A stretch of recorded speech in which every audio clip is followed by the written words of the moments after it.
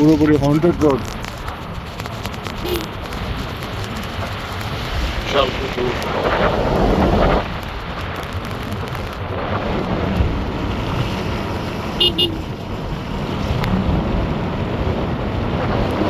পানিতে আলো পড়ছে, বৃষ্টি হচ্ছে।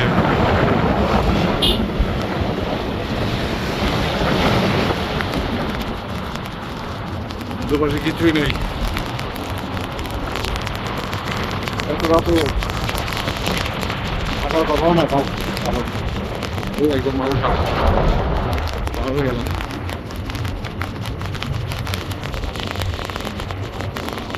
গ্রামের মানুষ সব ঘুমিয়ে গেছে।